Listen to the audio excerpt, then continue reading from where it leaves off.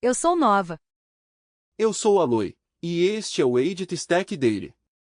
O OpenClaw 6.6 foi lançado em 12 de junho de 2026, como uma release de segurança e UX que fortalece os limites de permissão em transcrições MCP-Style, além de corrigir o roteamento de tópicos por escopo de conta no Telegram. Hoje, o lançamento do OpenClaw 6.6, a declaração da Anthropic sobre a diretiva americana que suspende Fabris 5 e Mito 5, e a história de alerta de um agente de inteligência artificial que quebrou seu operador durante uma varredura de rede.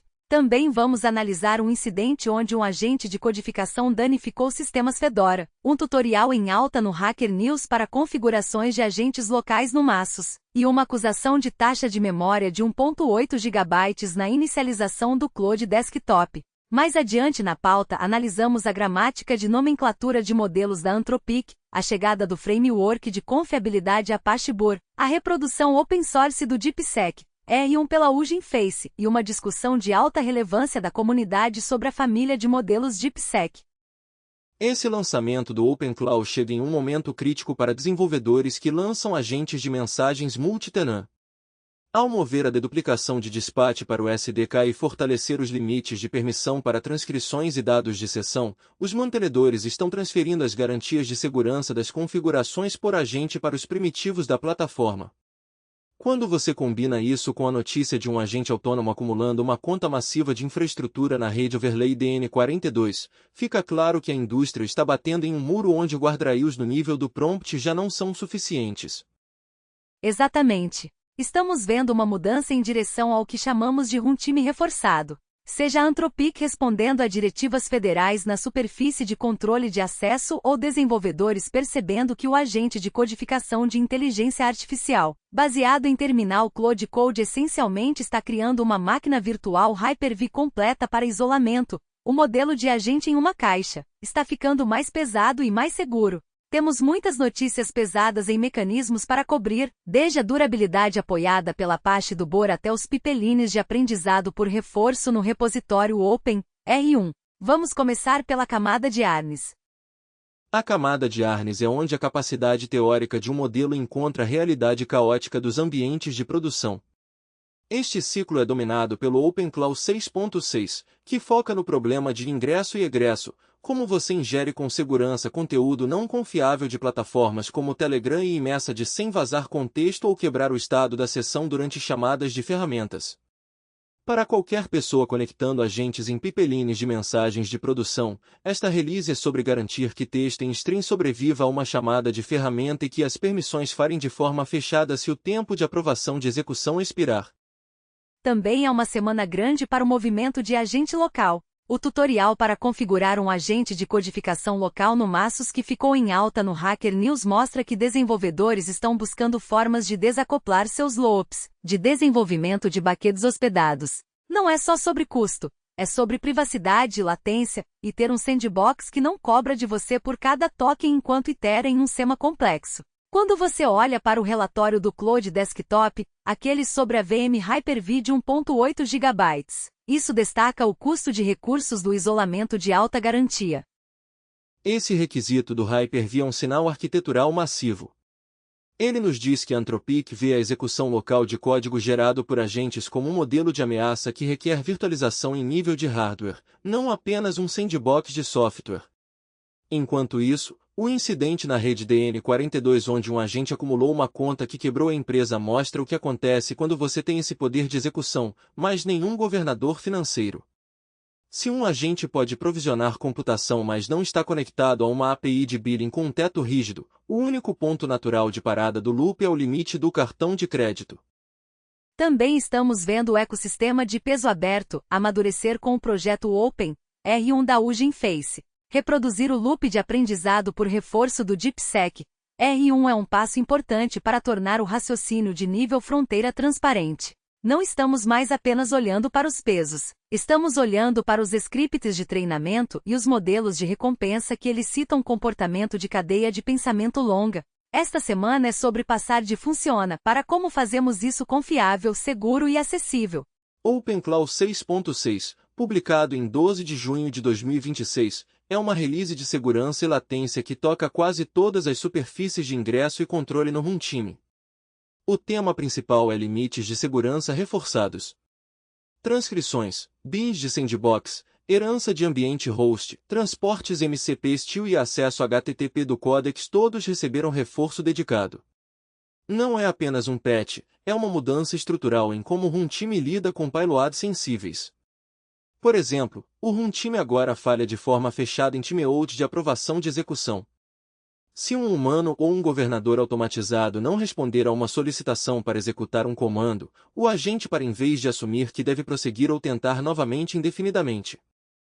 Esse comportamento de falha fechada é essencial para implantações multitenant. No lado de mensagens, texto de DM não autorizado no Telegram agora é excluído tanto do cache quanto do contexto do prompt. Isso fecha uma longa via de vazamento de dados onde um remetente não confiável poderia potencialmente envenenar o contexto de um agente compartilhado em um grupo ou organização. A entrega do Telegram também passou por uma grande reformulação. Tópicos por escopo de conta agora roteiam para o agente correto, e texto em string sobrevive às chamadas de ferramentas sem truncamento.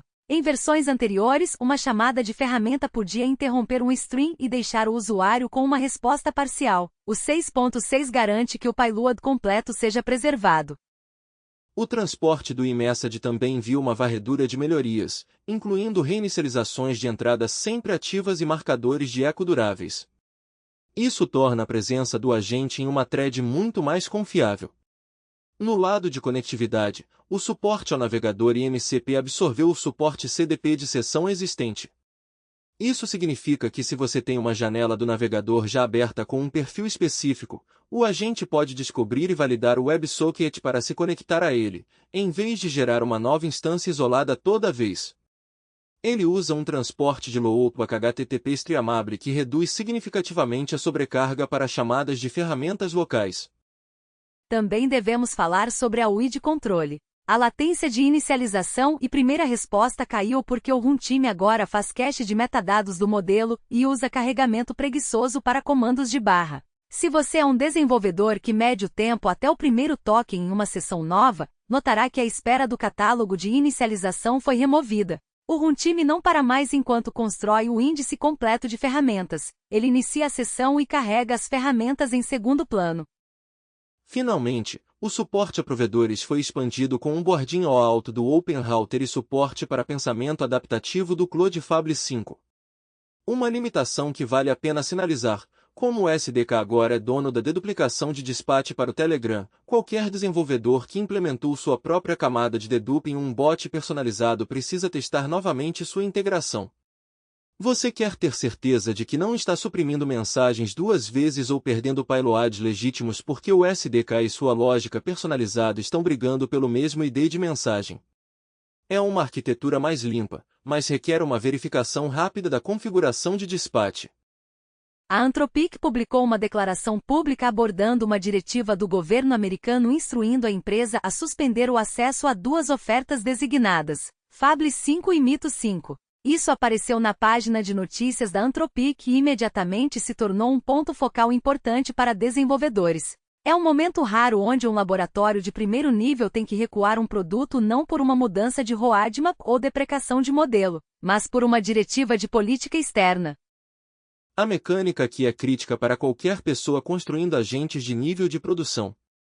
Essa mudança de acesso é mediada por política, não por capacidade.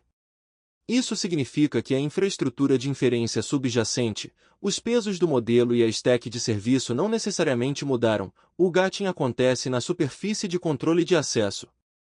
Para um desenvolvedor, a mudança é binária. Chamadas de API que funcionavam uma hora podem retornar uma resposta de acesso negado na hora seguinte.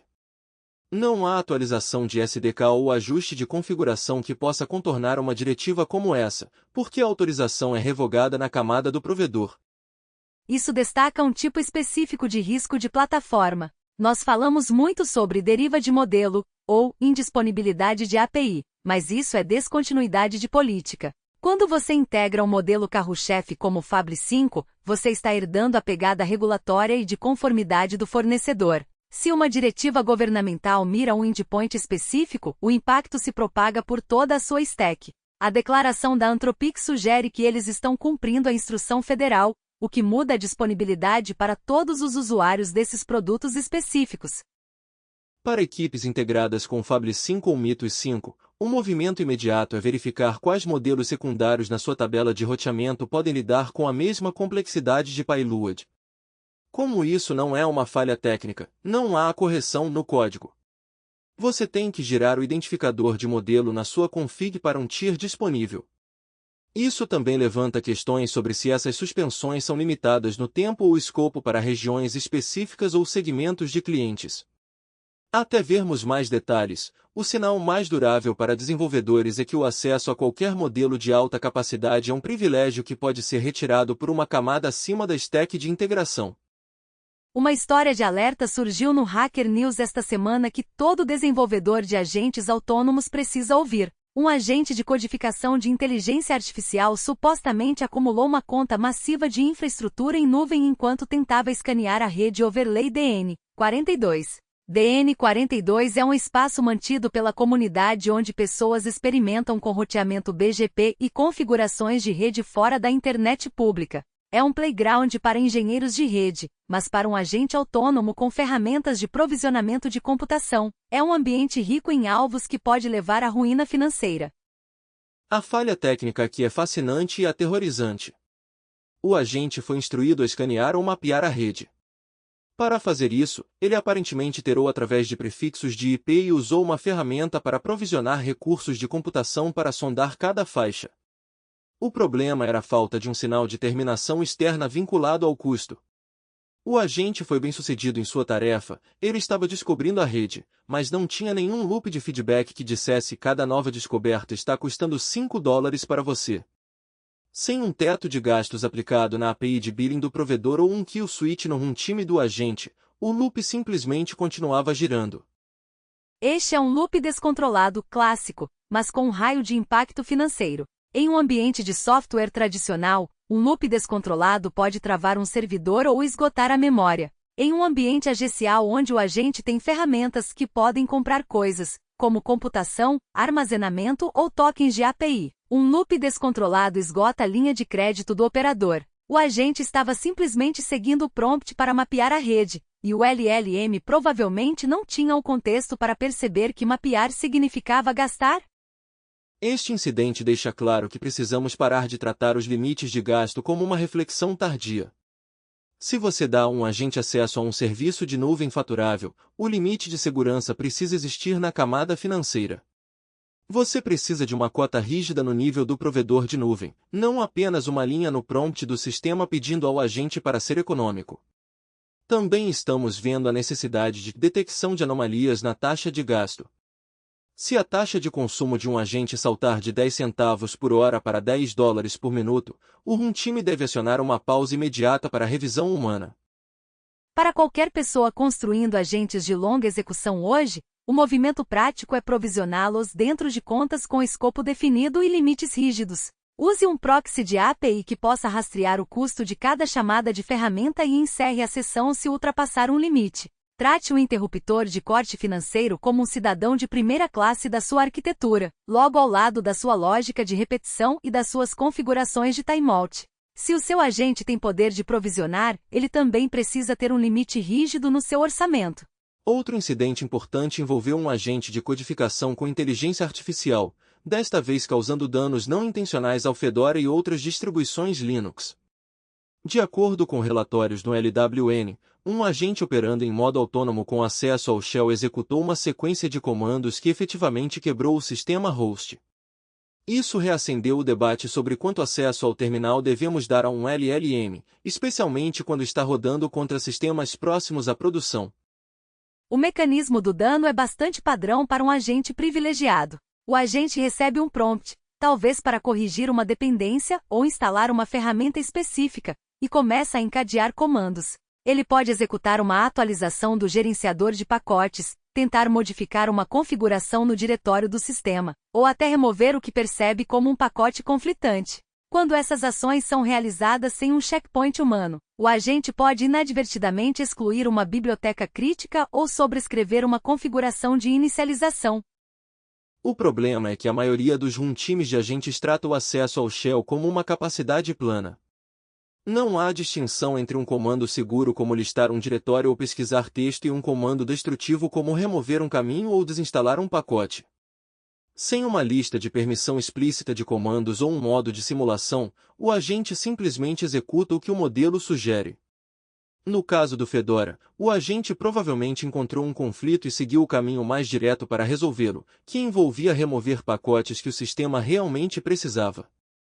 Para mitigar isso, temos que olhar para containerização e ambientes efêmeros. Você nunca deve dar a um agente de inteligência artificial acesso root à sua estação de trabalho principal. Em vez disso, o agente deve operar dentro de um container efêmero ou uma máquina virtual com montagem somente leitura para diretórios do sistema. Se o agente precisar corrigir um sistema, ele deve fazer isso gerando um script ou um pull request que um humano possa revisar, ou trabalhando em um snapshot do ambiente que pode ser descartado se as coisas derem errado. Também estamos vendo um impulso para snapshots de sistema de arquivos, como parte padrão do fluxo de trabalho do agente. Antes de um agente executar um comando destrutivo, o runtime deve fazer um snapshot. Se o comando resultar em uma falha do sistema, o runtime pode reverter para o estado anterior. Este incidente é um sinal de alerta para os construtores. Um agente com acesso ao shell é essencialmente um usuário privilegiado que não entende as consequências de suas ações. Você tem que construir os limitadores na camada de transporte, não apenas no prompt. Um tutorial para desenvolvedores intitulado How to Set Up a Local Coding Agent on Massos recentemente ganhou força significativa, conquistando mais de 400 pontos no Hacker News. É um sinal de que a comunidade está faminta por alternativas autohospedadas às grandes plataformas de agentes hospedados. O artigo percorre os componentes específicos que você precisa para fazer um agente de codificação rodar totalmente no Apple Silicon sem enviar seu código ou seus prompts para um servidor remoto. A configuração tipicamente envolve 3 camadas. Primeiro, você tem o runtime do modelo, geralmente algo como Llama ou um mecanismo similar que pode carregar pesos da memória unificada do Mac. Segundo, você tem um servidor de inferência que expõe uma API, frequentemente espelhando o SEMA da OpenAI ou da Anthropic. Finalmente, você tem o Arnes em si, um agente de codificação baseado em terminal como Codex ou um loop customizado, que é configurado para apontar sua URL base para o endpoint local. O que é interessante aqui é como isso se tornou prático. Há um ano, rodar um modelo de codificação de tamanho razoável em um laptop era um exercício de frustração. Mas com as últimas rodadas de quantização e as melhorias na inferência suportada por Metal, você agora pode obter um loop de agente muito responsivo em um MacBook Pro moderno. O tutorial destaca que uma vez que você aponta seu Arnes para uma URL local e dá a ele uma chave de API DOM, o loop de chamada de ferramentas, a parte que lê arquivos, faz edições e roda testes, funciona exatamente igual a um modelo hospedado. Isso dá aos construtores uma sandbox de baixo custo. Você pode iterar na sua engenharia de prompts, nas suas definições de ferramentas e na lógica de decisão do seu agente sem gastar créditos ou atingir limites de taxa.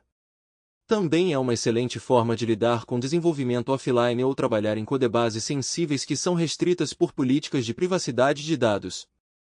O tutorial até cobre como lidar com o problema da janela de contexto localmente, sendo seletivo sobre quais partes do projeto você expõe ao agente. A limitação, claro, é que modelos locais ainda não chegam aos modelos de fronteira em raciocínio complexo ou refatorações massivas. Mas para tarefas agenciais como escrever testes unitários, corrigir erros de linting, ou explorar uma nova API, a stack local é mais do que capaz. Está se tornando parte rotineira do fluxo de trabalho do construtor ter um agente local para o trabalho pesado, e só mudar para um modelo hospedado para decisões de arquitetura de alto nível. Um relatório recente no repositório GitHub do Claude Code gerou muita discussão. Descobriu-se que o Claude Desktop gera uma máquina virtual Hyper-V de aproximadamente 1,8 GB toda vez que o aplicativo é iniciado.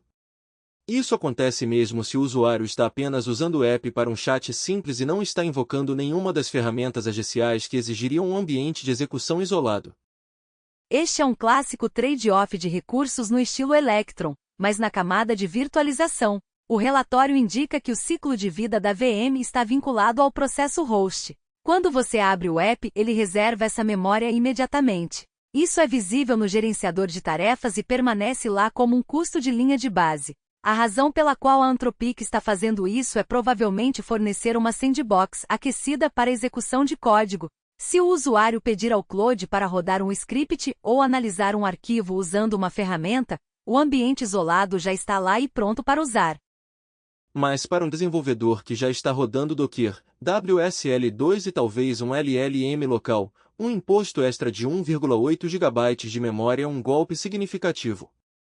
Não é apenas sobre a RAM, é sobre a pegada térmica e a sobrecarga de gerenciar outra VM. Para alguns usuários em máquinas com menos memória, isso pode empurrar o sistema para a paginação, o que desacelera todo o ambiente de desenvolvimento. Também há o problema da virtualização alinhada. Se você já está rodando dentro de uma VM ou um ambiente de nuvem especializado, o lançamento do Hyper-V pode falhar ou causar problemas de estabilidade. A discussão da comunidade no Hacker News sugere que os usuários querem uma flag de opt-out ou uma configuração de carregamento preguiçoso. Se estou apenas usando o Claude para me ajudar a fazer um brainstorming para um post de blog, não deveria ter que pagar o imposto de sandbox de 1,8 GB. Mas se estou usando como um agente de codificação com inteligência artificial baseado em terminal, então a sandbox é uma funcionalidade, não um bug. Ela fornece as garantias de segurança sobre as quais falamos antes, protegendo o sistema host de comandos potencialmente destrutivos do agente. Isso destaca uma tendência maior. Aplicativos desktop de inteligência artificial estão se tornando mais times de agentes do que clientes de chat. Eles carregam uma pegada de infraestrutura significativa porque são projetados para fazer mais do que apenas conversar, são projetados para agir. Como construtor, você tem que factorar isso no seu planejamento de capacidade. Sua máquina de desenvolvimento não está mais apenas rodando um IDE e um navegador, está rodando uma stack de virtualização especializada para seus companheiros de inteligência artificial. O desenvolvedor independente Sam Wilkinson recentemente publicou uma análise intitulada Anthropic's Model Naming Extrapolated. É um mergulho profundo nos padrões estruturais que a Anthropic usa para os identificadores dos seus modelos. Embora possa parecer um detalhe cosmético, essas strings de nomenclatura são na verdade chaves de roteamento que sustentam carga na stack de inferência. Se você já se perguntou por que o modelo é chamado de Claude 3.5 Sonnet em vez de apenas Sonnet, esta análise decifra a gramática por trás disso. O post quebra os identificadores em tokens de tier, códigos de geração e segmentos de versão. Para construtores, essa gramática é o que determina como você fixa uma versão específica de um modelo na sua configuração. Se você arredondar uma string como Claude 3 Sonnet 202402229, você está fixando uma versão específica de um ponto no tempo. Mas se você usar um alias mais curto, você pode estar apontando para uma versão rolling que pode mudar por baixo de você. Este é um problema de dependência de versionamento. Quando a Anthropic lança um novo modelo, a forma como eles o nomeiam afeta suas requisições API, a inicialização do seu SDK e seus fluxos de CI. Se a gramática muda, por exemplo, se eles introduzem um novo nível, adaptive, ou mudam o formato de data, pode causar falhas silenciosas em sistemas que dependem de parsing de strings para rotear requisições ou selecionar funcionalidades. O ponto principal para desenvolvedores é abstrair esses nomes de modelos atrás de uma camada de configuração. Não deixe strings de modelo se proliferarem por todo o seu código. Em vez disso, use um parâmetro ou um registro que mapeia um nome de modelo lógico como Coding Agent Primary para a string de identificador físico específico do fornecedor. Dessa forma, quando a Anthropic mudar seu roadmap de nomenclatura ou lançar uma nova versão, você só precisa atualizar uma linha de configuração em vez de caçar em todo o seu arnes de agentes. Também é um lembrete de que essas strings não são apenas rótulos, são contratos. Elas implicam um certo teto de capacidades, um custo específico por token e um perfil de latência. Entender o padrão de nomenclatura extrapolado ajuda você a antecipar o que vem a seguir e como preparar seus pipelines de avaliação para o próximo lançamento de modelo. Um novo competidor no espaço de framework de agentes chamou a atenção da comunidade, Apache Bur. O link completo está nas notas do episódio. e ele se posiciona como um framework com foco em confiabilidade. Enquanto muitos frameworks focam em quão rápido você pode construir um demo, o BUR foca nas dores de produção, workflows de longa duração, execução stateful e recuperação de falhas. A filosofia central do BUR é que um agente é essencialmente uma máquina de estados. Ele separa a lógica de decisão da infraestrutura stateful, cada etapa em um workflow agentic, from o prompt inicial até uma chamada de ferramenta até a saída final. É uma ação nomeada com seu próprio estado. Esse estado é capturado em cada etapa e armazenado em um backend de persistência plugável como Postgres ou SQLite. Esse modelo de execução durável muda a conta das tentativas. Em um loop de agente típico, se uma chamada de ferramenta falha ou o modelo retorna JSON mal formado, você pode ter que reiniciar toda a sequência desde o início. Isso é caro e lento. Com o BUR, você pode retomar do último checkpoint bem-sucedido. Se a quarta chamada de ferramenta em uma sequência de 10 falhar, você só precisa repetir aquele quarto passo. Isso é uma vitória massiva para a confiabilidade, especialmente quando você está chamando apps pagas que cobram por token. O framework também inclui uma UI de observabilidade embutida que permite visualizar toda a trace de decisão. Você pode ver quais transições foram tomadas, qual foi a saída do modelo em cada estágio e onde o estado foi mutado. Isso torna o debug de agentes complexos e multi-etapa muito mais tratável. Também é a Zinzavari projetado para rodar em modo servidor, permitindo que múltiplos clientes coordenem em torno de uma única execução de agente. Para desenvolvedores que estão passando do estágio de protótipo para produção, o BUR vale uma olhada. Ele trata a confiabilidade como uma preocupação de primeira classe em vez de uma reflexão posterior. À medida que nos movemos para agentes mais autônomos e de vida longa, ter um time baseado em checkpoint se torna um requisito, não um luxo. Transforma uma chamada de ferramenta instável de um incidente que termina a sessão em um pequeno contratempo retomável. A Hugging Face abriu o código de um projeto major chamado OpenR1. O objetivo é fornecer uma reprodução guiada pela comunidade do modelo de raciocínio DeepSec, R1. Não é apenas um lançamento de pesos. É um lançamento dos scripts de treinamento, dos pipelines de dados e dos componentes de modelagem de recompensa que o DeepSec usou para provocar seu famoso comportamento de cadeia de pensamento. Isso é um grande negócio para o ecossistema de pesos abertos. O DeepSec R1 estabeleceu um novo padrão para o que é possível com aprendizado por reforço em modelos de raciocínio. Mas até agora, a receita exata para treinar tal modelo era em grande parte uma caixa preta. O repositório OpenR1 muda isso. Ele construiu em cima dos transformers padrão da Hugging Face e do TRL, a biblioteca de aprendizado por reforço para transformers, para espelhar o loop de RL que o DeepSec descreveu em seus artigos de pesquisa. Para desenvolvedores, isso baixa a barreira para estudar como modelos de raciocínio são realmente feitos. Se você quer entender por que um modelo pensa por 5 segundos antes de responder, você agora pode olhar os sinais de recompensa que foram usados durante seu treinamento. O repo inclui scripts para preparação de dados e avaliação, então você pode ver como as respostas verificáveis são usadas para guiar a exploração do modelo. Isso também abre a porta para modelos de raciocínio específicos de domínio. Se você está em um campo especializado como direito ou medicina, você pode pegar esse pipeline OpenR1 e aplicá-lo aos seus próprios dados. Você pode treinar um modelo para raciocinar através de documentos legais complexos ou registros médicos usando os mesmos princípios de aprendizado por reforço dos modelos de fronteira. É uma mudança de usar um modelo de raciocínio para construir um pipeline de raciocínio.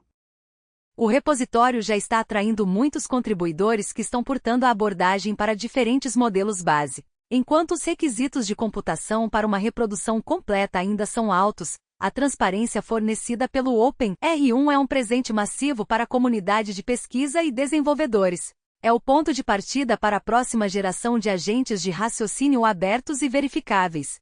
Por fim, temos que falar sobre uma thread de alto engajamento no Hacker News Titlet Notes on DeepSec. É uma coleção de observações empíricas sobre a família de modelos DeepSec que já acumulou mais de 200 pontos. Esses tipos de triais são frequentemente onde a verdade de campo sobre o desempenho e peculiaridades de um modelo emerge antes de entrar na documentação oficial. A discussão cobre tudo desde gotas de formatação de prompt até comportamentos específicos do tokenizer. Um tema recorrente é a sensibilidade do modelo às instruções de sistema. Desenvolvedores estão compartilhando seus melhores templates de prompt para tirar o máximo do modo de raciocínio, e há algumas notas interessantes sobre como o modelo lida com retrieval de contexto longo comparado a outros modelos de fronteira. Também há muita discussão sobre peculiaridades de reprodutibilidade. Quando você está rodando um modelo na borda de sua capacidade, pequenas diferenças no runtime de inferência ou no método de quantização podem levar a saídas diferentes. A comunidade está efetivamente fazendo crowdsourcing de uma suíte de avaliação para o DeepSec, identificando onde as alegações do fornecedor se sustentam e onde elas podem precisar de um pouco de assistência no nível do prompt. Se você está atualmente rodando o DeepSec em produção, ou se está avaliando como uma alternativa econômica ao GPT-4, essa thread é leitura obrigatória. Ela destaca os detalhes práticos que os profissionais se importam, latência, confiabilidade e como guiar o modelo efetivamente. Em uma indústria que se move tão rápido, sinais curados pela comunidade como estes são frequentemente mais valiosos do que os materiais oficiais de marketing. Vamos encerrar com a fila prática. Do lançamento do OpenClaw 6.6, se você está rodando agentes multitenant no Telegram ou eMessage, as novas aprovações de execução, fail closed e o hardening de transcriptors são essenciais para sua postura de segurança. Você deve atualizar sua configuração de runtime para aproveitar o deduplication no nível do SDK, mas lembre-se de testar qualquer lógica de bot customizada que possa conflitar com isso. Da história de suspensão da Anthropic, reconheça que disponibilidade de API agora é uma variável de política. Construa redundância na sua camada de roteamento para poder pivotar entre níveis de modelo ou provedores se um endpoint for subitamente restrito. Para o incidente da conta DN42, a mensagem é clara: coloque um teto de gastos rígido no nível do provedor de nuvem. Não confie em um agente autônomo com uma API faturável sem um governor financeiro que não possa ser contornado por um prompt. No front de execução local, o incidente do Fedora nos lembra que acesso ao shell é uma capacidade privilegiada. Sempre rode seus agentes de codificação em um container efêmero ou uma VM. Se você está no Mac, aquela taxação de 1.8 GB do Hyper-V no Cloud Desktop é o preço dessa isolação. Se você está procurando um framework mais confiável para workloads de produção, dê uma olhada no Apache Burp. Ele é projetado para lidar com os loops de agente stateful e de longa duração que frameworks comuns frequentemente lutam. E por fim, fiquem de olho no repositório OpenR1. É o modelo de como vamos treinar a próxima geração de agentes de raciocínio. Quer você esteja construindo localmente ou em uma stack hospedada, o movimento em direção à transparência e confiabilidade é o tema dominante deste ciclo. Vimos muito crescimento na camada de harness esta semana, e é aí que a próxima onda de confiabilidade de agentes vai nascer. O fio condutor que importa para os construtores não é abstrato. É onde a autoridade está. OpenClaw está movendo mais autoridade para regras de transporte explícitas e comportamento de aprovação. A suspensão de fab-limitos da Anthropic mostra que provedores podem remover autoridade na camada de acesso. A história da conta DN42 mostra que plataformas de nuvem precisam de autoridade orçamentária fora do loop do modelo. Fedora e Cloud Desktop mostram que execução local precisa de autoridade do sistema delimitada por snapshots, máquinas virtuais e comandos restritos. Buri e OpenR1 respondem a mesma pergunta do outro lado. Como você torna o comportamento do agente durável o suficiente para inspecionar, retomar e reproduzir? O padrão prático é tratar cada agente como um time com um orçamento, uma superfície de permissões, uma história de recuperação e uma trilha de auditoria. Essa é a diferença entre um trabalhador autônomo útil e um processo muito confiante com suas credenciais. Para o radar de projetos do GitHub, os nomes para lembrar são Apache Burp para fluxos de trabalho de agentes duráveis, Hugging Face Open R1 para reprodução transparente de modelos de raciocínio, e o tutorial local de Coding Agent no Massos para manter pequenos loops de desenvolvimento privados e baratos. Diga os nomes dos projetos em voz alta, depois use os links nas notas do programa e na descrição do YouTube quando quiser os repositórios ou páginas de origem exatos. O ponto não é perseguir cada framework, é escolher aquele que dá à sua stack uma propriedade que está faltando: resumibilidade, transparência, controle local ou melhor isolamento. Essa é a lista para hoje.